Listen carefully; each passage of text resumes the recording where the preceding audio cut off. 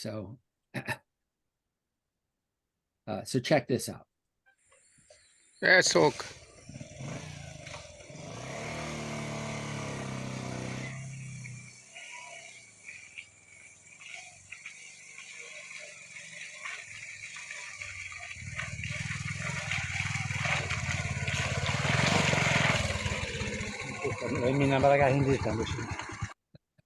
So, so Paul, how many kilometers of that did you go through over the weekend?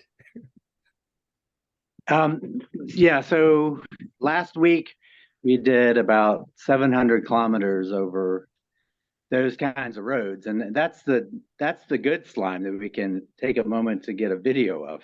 The ones where the motorcycle falls deep underneath the mud and the mufflers gurgling up, and you have to keep it running so that the engine doesn't get swamped with mud and muddy water.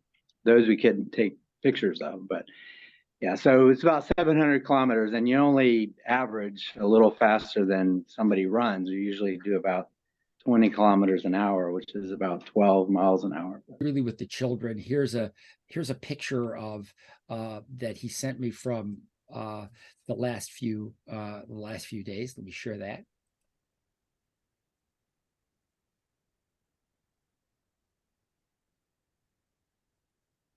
So, the tremendous amount of poverty. And Paul, can you tell us a little bit about these kids and what the story is here? Yeah, so on the trip, I took some of the money from the First Hope Fund that Greg has been helping me to raise money for, and I stopped at some clinics and saw some kids, and the parents can't afford about a 60-cent payment to pay for the consultation and the fiche, or the piece of paper that they write the consultation down on. So I began to pay for the staff there to work with me to see patients, and more than 80% of the kids had malaria, and we were able to get them treated for that. So Paul, it's not a simple thing to explain exactly what you do there. Could you take a little while and explain what you do there and how you wound up on the other side of the world instead of working for Hopkins in Baltimore? Well, I grew up here in the Sankuru and was very much affected by my mom's work. She became a nurse. She was working for she was helping mothers learn how to sew clothing for their kids, and one of the girls died while she was working with the mother to sew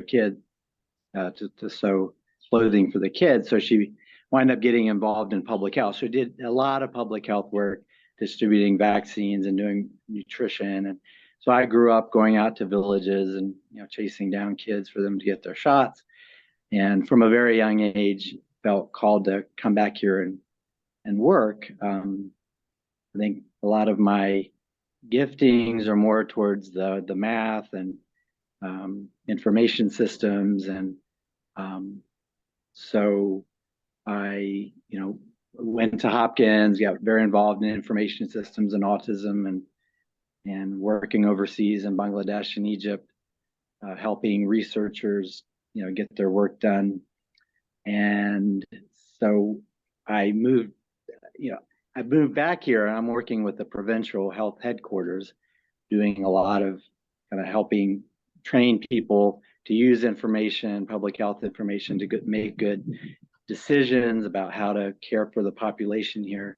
So a lot of what I'm gifted at and a lot of what I do here is in the information system side. But to me, that's something I'm very passionate about, and see how it impacts the lives of children very directly. But it's fun to also get to work in hospitals and clinics and see patients directly, and be in touch with how care is being delivered and how to bring that back to the provincial headquarters and help come up with better visions for how things can be done. So, Paul, I mean, again, the focus of today is this whole idea of calling, and I was sort of fascinated that you made the change that you made, because when I was working with Paul, we were doing really. Paul has done some path-breaking work on autism research, and that's affect thousands and thousands of kids all around the world, and now you're in Sankuru. How did you hear? I mean, you said you've always felt called. I mean, what is it like to feel called to go to one of the poorest places on earth? So for me, so for a very long time, since I was pretty young, I felt called to come back here and work. My family has been here for a long time. My grandparents were here. I grew up, having only Congolese kids to play with, because we were the only missionary family at mission stations for long periods of time. So I always knew that I was called to come back here. I always had an intense need and desire, always thinking about when and how I would get to come back here. I think God has had to call me away from the Sankuru many, many times, pretty dramatically, very, very clearly, until it was the right time. And I had a dream one day, and not in 2022, and went and felt very specifically led to go to this church, which I did not go to. And I went there, and God spoke to me very clearly there through a song that was very important to me. And then, if that wasn't enough, the pastor, who barely knew me, came up after the service and told me that God has told us to go with you to the Congo. So that sort of clenched that. And for me, it was like, do I really get to go now? Because every time I wanted to come back to the Congo, there was always something else that God called me to do away from coming back here. Like getting involved in autism work was never something that was my plan, but it's something I had a vision for. And Gary Goldstein at Kennedy Krieger embraced that vision and then convinced me to stay and work on it. So for me, it was a relief finally to kind of feel like I had a release to pursue something I've been passionate about my entire life. Paul, it might be hard for us to translate the idea of, you're working with data over there. You told me some stories about the state of data collection there before you got there. Can you talk a little bit about, like your regular daily job and the impact that's had? Sure. So let me just give one example, or me back up a little. I did get to come back to the Congo in 2014, and but I was in Kinshasa, which is very, very far away from the Sankuru, and never felt like it's just very different. But I got to work on setting up the National Health Information System using a platform that many other countries use. So so now I'm up here in the Sankuru getting to use that system to make it somewhat. There's so many, there's a diverse, types of data on contraception use. There's data on maternal mortality and managing stocks and health centers across the Sankuru. There's lots of different data. Right now is surveillance day, and so I'm very involved in improving the health surveillance system. So the surveillance system is aimed at getting rid of, say, measles and polio, which are eradicable diseases, and that information system that starts with kids way out in rural clinics, and how that information then flows to the zones, and then each of the 16 health zones that we have here then sends that to us at the provincial headquarters, and we make decisions about how to respond to the different epidemics that are going on. A few months ago, for instance, to make it tangible, we had a really bad measles epidemic, and Médecins Sans Frontières, or Doctors Without Borders in English, we partnered with them. They brought in people in their tents and supplies, and were able to help us give treatment for kids that were dying of measles. Kids die at about, when you get measles in the Congo, about 7% of kids die from measles. It's a very serious illness in kids who are already vulnerable, malnourished, and have other underlying problems. But yeah. Well, I mean, I was amazed at the difference between like the 1 to 5, birth to 5 mortality rate there versus in the United States. I mean, it's pretty incredible.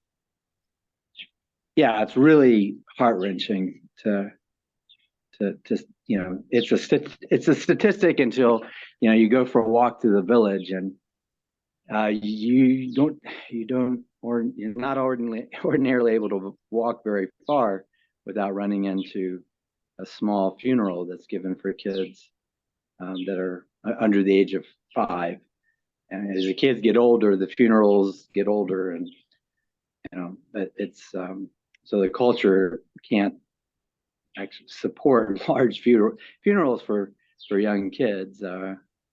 Henry Mosley from Hopkins, he talks about how you envision death in the States, and you envision a lot of large caskets for elderly people, like we're all getting to be, whereas here there's many more small caskets used than large caskets, because there's so many young kids, because people have so many kids, and then so many of them die.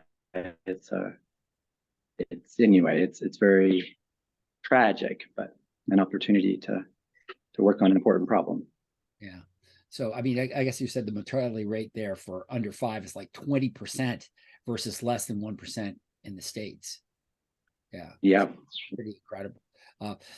But you were also talking about the computer systems that you're working with there and the level of computer savvy. Can you talk a little bit about that, since that's your field here? Sure. So hopefully there must be somebody in the audience in our group today who deals with information systems, but the capacity, the analytic training or capacity that people have at the provincial headquarters, which is the most advanced in the Sankuru, 2.8 million people, is to be able to use Microsoft Excel somewhat efficiently, which is not a very good, it's a very limited tool. Nobody would use that. Kennedy Krieger used business objects, or most companies have their analytic platforms that are pretty robust, and nobody here has advanced capabilities at all. So I'm working with some of the people at the DPS, help improve their skills and begin to slowly teach them Stata, which is a statistical package, which would be more appropriate for the kind of jobs that people have at the provincial headquarters. So, people will get degrees in computer. You can go down the road here to the Loja STEM, and there are people learning how to use computers, and there are no computers in the classroom. We had a young employee, Miss Monique. She was at the DPS. She was recently hired, and she did not have a computer. So my mom actually donated a computer that she got, and she's slowly learning how to really use a computer for the first time after having a degree in computing. It sounds like my story. We have a lot. I bought a very durable, a Pelican case, if anybody knows what that is, for my computer out here, because computers are going down all the time. From the DPS, we're going out on these missions, on these motorcycle trips, and falling over and getting stuck in the mud, and anyway, so computers are going out all the time, even those of us who have computers, and it's pretty rough. So I'm also kind of, I'm helping everybody with their computers. People are constantly coming to me with computers, and sometimes it's something really simple that I can show them. But anyway, Okay. computing out here is a very interesting adventure. Well, it sounds like you've had a lot of adventures. I'm going to ask the folks here, because I've been monopolizing this. I'm going to ask folks here to ask you questions about, your background, your life, your calling, their calling, anything that you want. So I'm going to stop monopolizing the conversation here. Folks, questions? Well, this kind of goes back to what Greg already touched on, but could you just walk me through your day, like, from getting up, and what's your mission from the time you wake up till the time you go to bed? Okay, so I'll start with what happens here in Loja, which is much less interesting in some ways than when I'm traveling. But so on Mondays, I get up really early at like 5:30 or so, and go down to the DPS. The DPS is a building that has it's big enough for maybe 30 offices, something like that, and somewhat large meeting room. And so I get distracted because there's so many details I could share. But so anyway, I go down there and we have prayer with several people in the DPS and try to start the week off right. We have a very intense time of prayer every Monday morning, and then on Mondays we have our bureau meeting, or our office meeting. The DPS is divided up into 6 offices, and the one I'm in is called the Information Systems Research and Communication Office. So we have a little meeting ourselves. We're the largest office within the DPS, and go over all the plans that we had for last week, and do we get them done, and work on our reports, and get ready to present at the 11 o'clock meeting, which is where the big boss comes in, the CD, the chief of department. The CD comes in and runs a meeting for all of the different offices, and also in that meeting are representatives from World Health Organization and USAID, and we sit around and go through activities and have that meeting, and then that's it for meetings for the day. And usually spend time analyzing data on some task that my boss has given me. And anyway, so that's sort of one day. We sit in, we're overcrowded. We sit in a room, and people are talking and working on their different assignments. Some people are coming back in from missions where they've gone out to do supervision at a health zone, and when they get back, they have to do their mission report. And some people are working on their TDRs, which are the terme de référence, which is the work plan for something that they're going out on. And so it's a very formal, organized environment, like most government systems are in any country, I suppose. I'll stop there. Sounds like my job. A lot of meetings. Now, when it rains, you run to the parts of the building that don't leak, because when it rains, the DPS is covered in water by the end of the rain, and the generator is sometimes working and sometimes not. Everybody's sort of clamoring to keep their devices charged. Most people don't have electricity at home, so they're hoping to benefit from a charge for their phones and computers at work. But yeah, Yeah, Paul, you could to explain to them how you don't get paid. And Yeah. anybody else too. yeah. So when I came out here with a very intense notion that this was the right time for me to come out here. For me, anyway, God was very clear that the time was right. And it was 6 months before I was planning on coming out here, and then 6 months beforehand, it all sort of happened. And one of the really nice things was my daughter was out here teaching English when I came here, so I got to spend some time here with her. But anyway, but I came out here not knowing exactly what I was going to be doing. The Minister of Health of the province invited me out. I really thought I would wind up working at his hospital, but I went down to the DPS when I wasn't in communication with the minister because he was traveling. Anyway, and I went in. The boss wanted to see me. I was down there to visit a friend. I went in to talk to the boss because he asked me to come in, and he told me, he's also a pastor, by the way. He looked me straight in the eye and said, "You'll be working here." And it just felt right. So I agreed on the spot to start working there. So I was given an official letter that day, which placed me as an employee of the DPS, the provincial headquarters is what I call the DPS. Anyway, but now this is just normal. So you don't get paid. The people who work there can work there years without getting paid. And I'm amongst that group that has not, been authorized by the government for pay yet. They only give out so many paid positions a year. So the whole process of getting paid for everybody, not just me, is,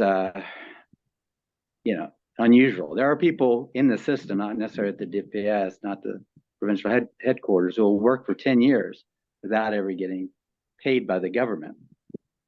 They get paid by seeing patients and getting some money. But anyway, so yeah, even if I were to get paid officially, it would be, like $500 a month. That would be about my pay if I were getting it.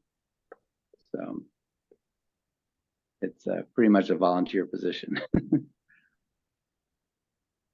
So Right. Paul, how do first of all, is your whole family there with you now? Or are you there on your, No, all my kids are college age, and they're in the States. So I'm out here alone, except for my uncle and aunt are usually here. My aunt's not here currently. She's in the States, but my uncle's in the other room. So that's it. And we're the only two Americans in the Sankuru. okay. So my question would be, not just you, but how do all these people support themselves in these positions if there is no pay? And to do that for 10 years, I'm assuming most of the employees there are people that are natives of that of the Sankuru. Yeah, pretty much all.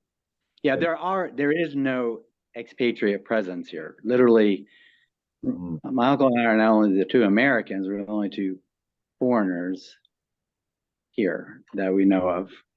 There are a few Chinese here. But so then how do they support themselves? So the value of a government position once you get it is very high, because there's even some potential benefits, kind of Social Security type benefits. Oftentimes it goes unrealized, but it's a very valued thing. There's very little opportunity for employment, or other opportunity for employment. So that explains why people will stay in it for such a long time. But then if you're working at a health center, then you see patients and you receive some money from what they call a local premium, or their little extra. The amount of money that they're able to generate locally is then split by the by the staff of that health center. Unfortunately, it kind of pushes people into corruption pretty strongly, because which is a real problem. people are really pushed into corruption, and then it becomes just a part of the system, and everybody expects it, and even when you do pay people, when they do get paid, they're still kind of used to taking some medicine home from the health center, or doing some things like that. It's a very difficult experience, and anyway, it's not the dynamics it creates are unfortunate.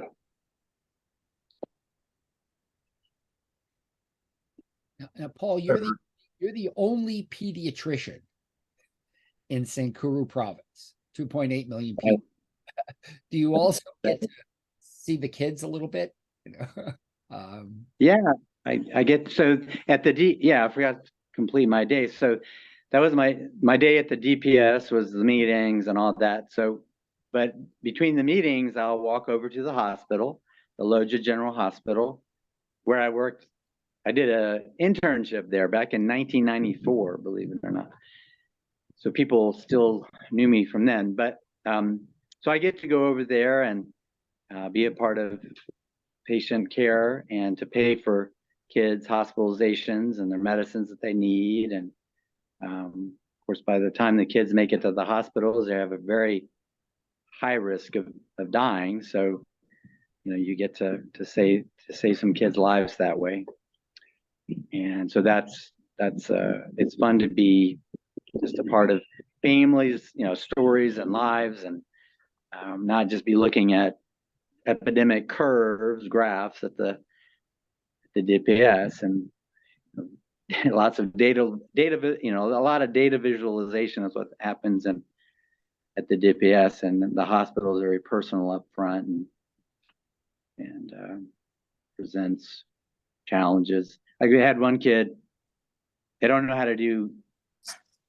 A kid was in a coma, he couldn't eat and was gonna die. He was just running out of energy, and we were able to figure out something that would work as an NG tube, put it in the nose and down into the stomach, and concocted some homemade nutrition, because even milk is not what ordinarily would be given to a child who's not able to feed orally.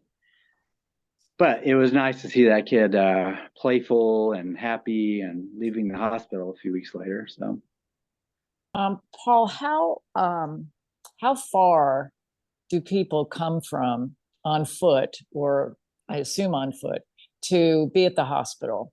And how far apart are the hospitals in the Congo? The hospital, so there's 60 in Loja. So where I'm right now, Loja is the biggest town. We have 400,000 people. There's 3 hospitals here, and so that's very unusual. The rest of the Sankuru is broken up into 16 health zones with 16 referral hospitals, and those hospitals are about, they really vary depending on where you are, but they can be, like the trip I just did from Lumela was 160 kilometers between the hospitals. Some of those hospitals serve a population, though, that is 250 kilometers away from the hospital, on roads that are worse than the ones that I was on this last week. So for those populations, there's essentially no hospital. It would take 1.5 days in the best case scenario for somebody to travel from Ilingampangu to Lomela, which is 250 kilometers. It's not going to happen. If a child will have long since died by the time they got there. So, but there are health centers, and health centers, they often do more than they're really qualified for, like putting in IVs and giving medication. But the situation with the roads makes it very difficult to get anywhere, and it really impacts how useful the health structures are for the population. And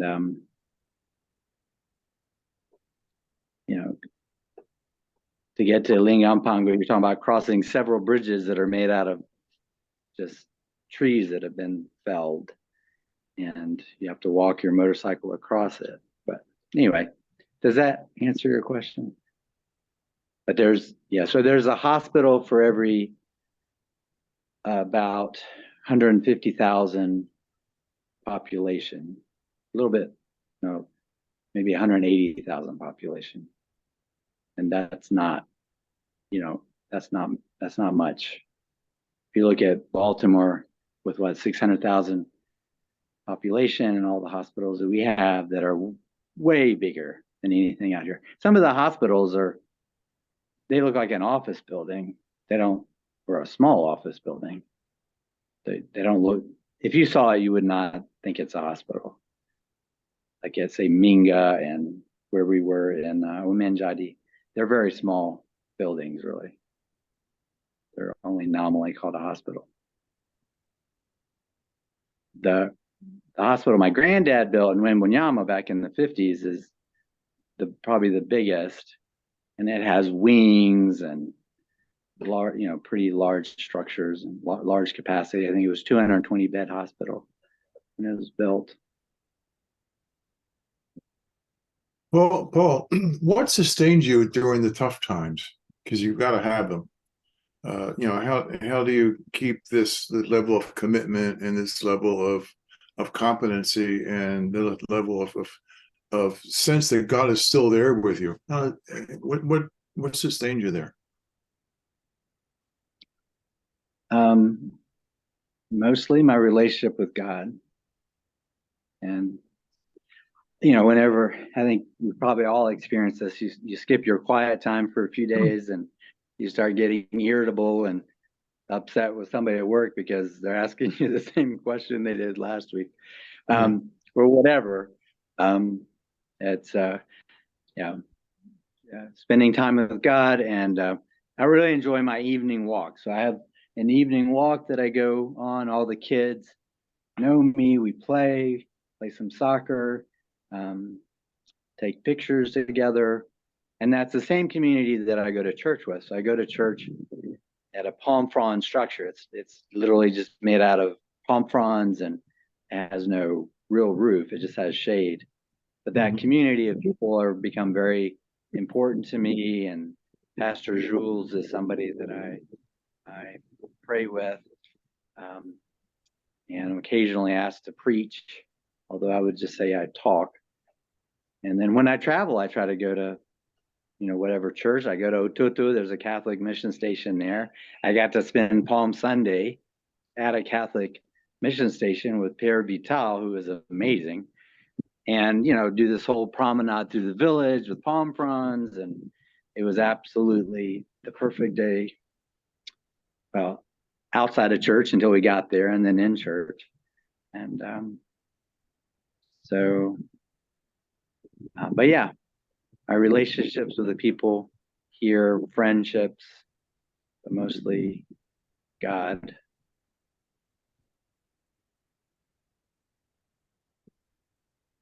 Thank you. You're welcome. Paul, I'm going to share a few pictures of the kids, and you might explain, what the story is with some of them, if that's okay. Sure. Let me pull up a couple of them. Of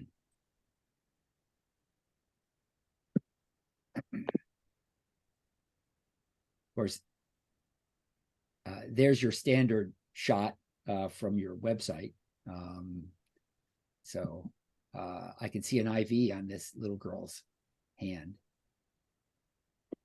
It's a boy. Boy, okay.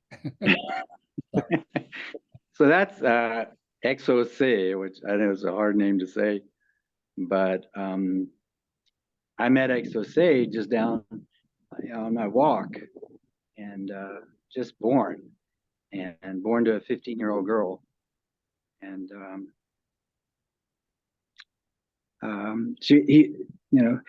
he was having trouble breastfeeding, and I stressed the importance that she work on that, because if you don't breastfeed a child out here, they just die. There's no formula. So you have to succeed with breastfeeding. It's a life or death situation. So we made it through that part. And I took my aunt out to hold the baby.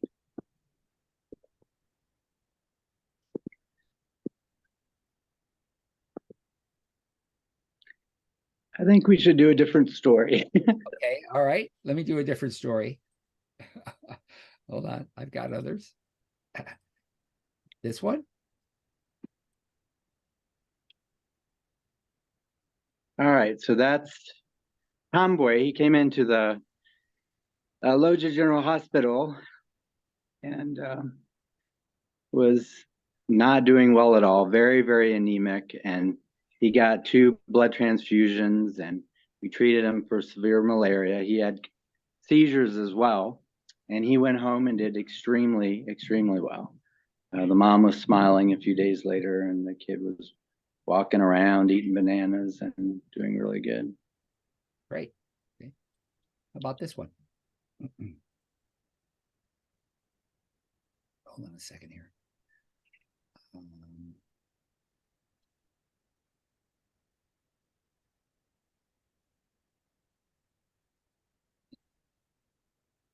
Can you see it, Paul? Yep. And this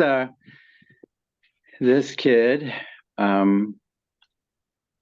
who's called Maputa was the child of a policeman, and we did everything we could. Unfortunately, he didn't live. But the policeman always waves at me when I see him downtown. Let me share a few more here. Hold on a sec. There's some that are just really cute that you took. Hold on a second. I'd like to share. I don't ever get it.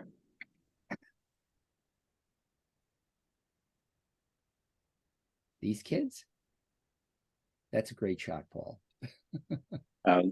These are grandkids of my best friend, Lumaku, and yeah, so I see him again every day on my walk, and so these are kind of my best friend's grandkids.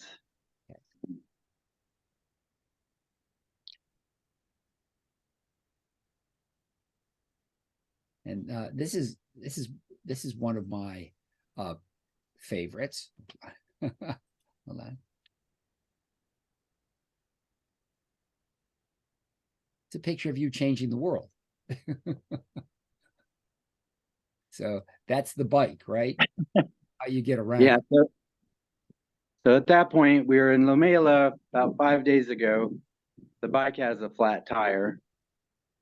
And luckily, we weren't too far out of Lomela, so we could call and ask for a repairman to come in to come out and help us.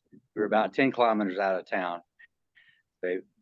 My friend carried a repairman with a new inner tube and came out and got us going again. And I had some time to read. I don't know if anybody's read that book, Change Your World, by John Maxwell, but I really like his books, in particular that one. So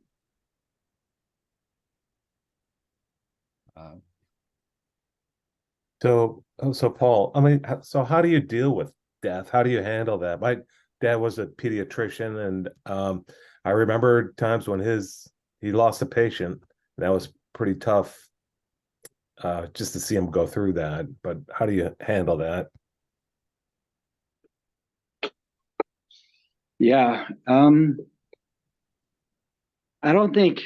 I think you have to figure out a way not to process all of it because there's just too much out here.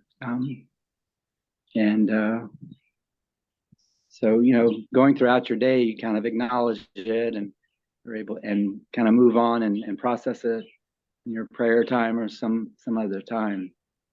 But it's just it is hard if you have a soft heart to work out here. And it's also interesting to me just to see how the culture deals with it. I think the culture just in general just doesn't fully embrace children until they get to be of a certain age. I know in Ghana there's cultures who do not name the children until they get to be 1 year of age, probably to help protect themselves from just the emotionality of it. Mothers, when I was in med school doing pediatric residency, when I would get messages from my friends in the Congo, and the number of deaths I witnessed at Johns Hopkins Pediatric Hospital, pediatric ward, was much less than friends I had who had children die during that same time period. When you have 9 kids as a woman and 20% die, it's just every woman experiences, not every woman, but the vast majority of women experience a death or two, during their lifetime. So, and we can go back to that or the picture for a second. I was emotional not because it was a bad story. I was emotional because it was a good story. I had not seen that child for a while, and one day just felt led to go to the neighboring hospital here, which is not the one I work at downtown. And the first kid I saw when I walked in was this kid that was already very important to me. And I was able to pay for the hospitalization and the blood transfusion the kid needed. And the kid's doing great. And is in many ways the inspiration for the First Hope Fund. So that kid is doing great. Yeah. Lourdes, you got a question? Yeah, earlier you mentioned about raising funds, and I was curious, what are your hopes or dreams about what you could do with the funding? So I have lots of big dreams, and so part of it is I'm trying to raise funds to support my time out here, which is it's harder to kind of do that for public health type involvement than like seeing kids in the hospital. But one of my immediate hopes is to get to the point where I can support my time out here. Well, where I'm being supported for my time out here. I am currently supporting my time out here. But long term, I have lots of big projects that I do feel that, God has put on my heart to do that will, so and what are those big projects? When I was in Bangladesh, there were quite a number of projects that where Hopkins was involved, even where they went into communities and did a census essentially of the entire population area, and then were then able to track that kids were getting what they needed because they had a database of which kids were getting their immunizations, which kids were getting their vitamin A supplementation, which is critical to life as a kid out here, and getting their nutrition monitored. And I think that there's a lot of community outreach built into the formal system out here, but it doesn't work very well. And I think that for the health system to work well out here, we need individual level kind of accountability where we're tracking kids and making sure they get what they want, and finding mothers and kids who are going through something difficult or just had their father die and they're in a funeral. And there's a lot of reasons why things break down on the system side, and also on the on the side of the parents not being able to come in for services. And it's been done, it's been proven to work in Bangladesh and other places, and I think we need to get to the point where we're able to do that here. And I've been talking with World Relief and other organizations about beginning to do some pilot projects for that here, and I think that it will help a lot. And I don't think the system is going to work real well until we get to that point. I mean, it's called demographic surveillance, or care groups are something that World Relief developed and showed that you could reduce mortality of children and mothers in half by having community health workers assigned to groups of 10 households and tracking their kids, making sure they were getting all the services that they should get, and doing a good job of explaining to families, what everything means, or what are the importance of different aspects of care, whether it's, the baby's born and, you don't stick mud on their umbilical cord, because it maybe is a tradition out here, but it's not good. And the kid then gets neonatal tetanus because for lack of just basic education about cord care. Anyway. Thank you. Paul, when you talk about going to hospitals and paying the hotel bills of some of the local residents, is that in part what you use the fund resources for, or do you have other resources to pay people's hospital bills? And maybe give us an idea of the scale of what that looks like, whether those funds are personal funds or from the fund. Can you give us an idea of all that? Yeah, so the First Hope Fund is really something that I was kind of being pushed to do something along those lines, and then I talked to Greg. He called me, talked for an hour, and then began to put things together. But yeah, so the fund basically, it covers the hospitalizations, the medicines, and the lab work for children, and that's where the money comes from. Now, there's other, that's what we use the money for. And as far as that fund, what I would really like to see, and I'm working towards, is not only a fund for the kids who are impoverished and can't pay, but to begin to also work on the quality of care in that hospital. Because those hospitals, the 16 hospitals across the Sankuru, which we're only working in one, but there's an opportunity to change and improve care, because that's where nurses go for their internships, to be trained on how to take care of kids. And there's a lot of great things about how care is delivered here. And then there's some things that need to be worked on as well.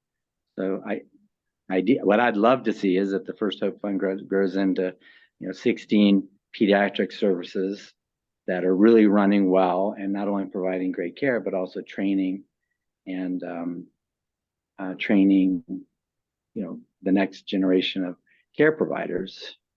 And for that matter, I was involved in a lot of research. I have a lot of research contacts. So we already have some contacts I'm working on that want to come out and do malaria research in these contexts. And at Hopkins, you have the logo is still patient care, research, and education. But that's kind of the same vision in a way that I have for the pediatric services in the Sankuru. But yeah, the only funds for the First Hope Fund is coming from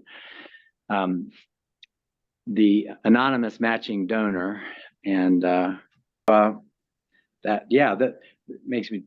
So yeah, I am working. Agriculture is really my brother's project primarily, but he's got a family of 5 that are young.